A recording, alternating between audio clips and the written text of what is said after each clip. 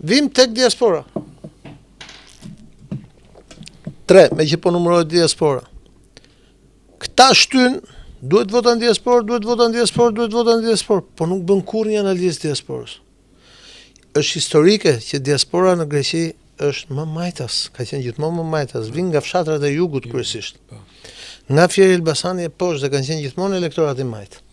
Partia Socialiste historikisht që kur ka qenë Berisha në pushtet herën e parë besoj të kujtohet, kur iku Gremoz Ruçi që vajti në Greqi etj.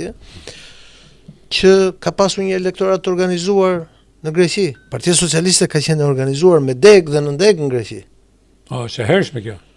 Në Itali etj. Dhe këta më shumë ranë pre e rrjeteve sociale duke thënë që po le ta shtyjem diaspora etj, diaspora. Dhe tani po del që dhe në qarqet që këta presin që siç është veriu i Shqipërisë.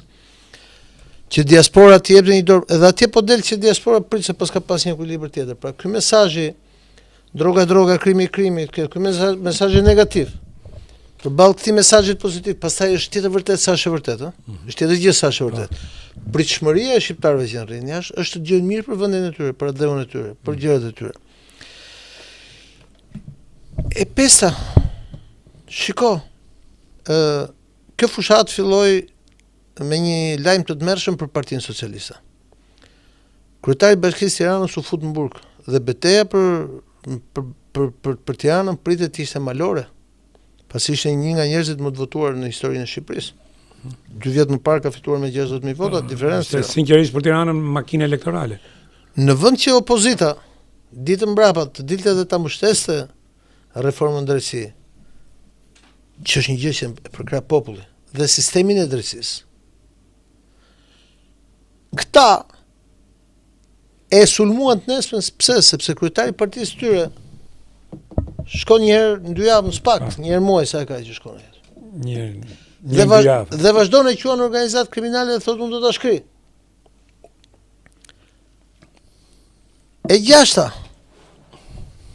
nga Partia Demokratike si rrjedhoi e mos respektimit të primareve, pra demokracisë brendshme, ndodhi hemoragjia e brendshme. Një pjesë e njerëzve nuk morin pjesë fare në votime, siç është ai 5-6% që më pak votuesve që kemi në raport me të shkuarën, dhe pjesa tjetër si në rastin e Dasulës në Peqin. Dasulja i ka shkatërruar në Peqin. Apo kësaj gocës që ke patur në studio Balliut. Të cilët dolën në fushat dhe bën fushat egër të hapur kundër Partisë Demokratike. Dhe një ditë përpara ata ishin aty. Dhe rezultati që u pa në qarkun e Elbasanit.